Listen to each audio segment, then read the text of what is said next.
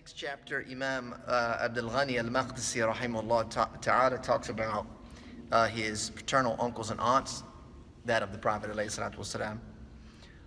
And so he says that the Messenger of Allah sallallahu alaihi wasallam had 11 paternal uncles among them. So here you find from the historians some that they came up with different numbers, 10, 11, 12. For our purposes, though, here we'll go with what Imam al-Maqdisi, he says, 11 paternal uncles. The first of them was al-Harith. Al-Harith, of course, these are the sons of Abdul Muttalib, was the eldest of those sons.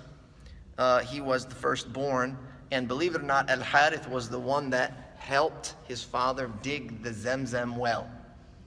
And it was during this time when Abdul Muttalib realized the strength in numbers that was required to live in such a society. And he really prayed for more sons, and he was blessed with many. So this was al-Harith. Abdul Muttalib was nicknamed after his son, Abu al-Harith.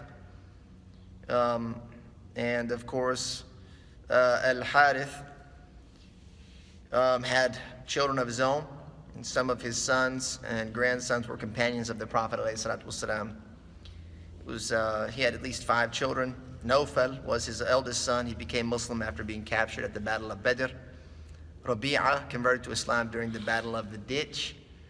Abu Sufyan, who was known as Mughira, became Muslim during the conquest of Mecca. And Abd Shams was renamed Abdullah when he became Muslim. All of his sons accepted Islam late, as you can see in the mission. The next uncle is named Qutham. He passed away when he was still very young, and he was the maternal brother of al-Harith. So they had obviously the same father, Abdul Muttalib, and they had the same mother. So Abdul Muttalib, he had multiple wives here. After that is al-Zubair ibn Abdul Muttalib, was one of the nobles of the Quraysh. He was among the Qurayshis that also participated in the rebuilding of the Kaaba. If you remember the story that took place during the time of the Prophet ﷺ, this is before prophethood, when the Kaaba was badly destroyed due to deterioration and erosion.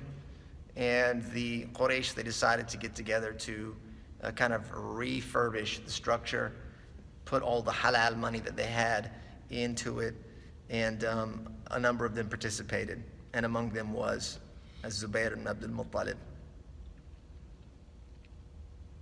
He witnessed the Battle of Hunain with the Prophet ﷺ, where he proved to be very courageous on that day. He was martyred in Ajnadin. This is in Greater Syria. It was reported that his body was found surrounded by 7 others whom he had killed. And this was in a standoff or a battle with Rome. So around him there were 7 dead bodies that he had killed before he was struck down. He had offspring as well. Some daughters that are mentioned here. Luba'a bint al-Zubair, who was a companion of the Prophet ﷺ, and Hakam bint al-Zubair, who narrated hadith from the Prophet ﷺ. Also his son Abdullah ibn Zubair, ibn Abdul Muttalib. And there's another Abdullah ibn Zubair. This is not that one. He was this one, the son of al-Zubair ibn Abdul Muttalib, was about 30 years old when the Prophet ﷺ passed away. And he was known as very brave and courageous among the companions. After that, the 4th uncle is Hamza ibn Abdul Muttalib. As we know, Hamza is considered the lion of Allah, or the lion of his messenger, alayhi salatu wasalam. He was born the same time the Prophet ﷺ, so he was the same age. He was his uncle, and he was also his brother by way of the nursemaid Thuwayba. Thuwayba, she nursed the Prophet ﷺ, she nursed Hamza, and she nursed Abu Salama. So these 3 were all brothers by way of this one woman's nursing. He accepted Islam early. It was said in the second year of the Hijra calendar. He accepted, the second year of al-Bi'tha, which is the second year of the mission, 2 years after the Prophet ﷺ was charged with delivering the message. So this is, of course, way before the migration. He migrated to Al-Madinah with the migrants.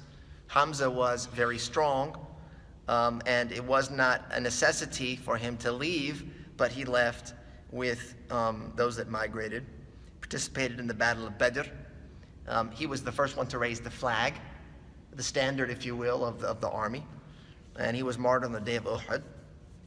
This is very well known. He was killed by al-Wahshi.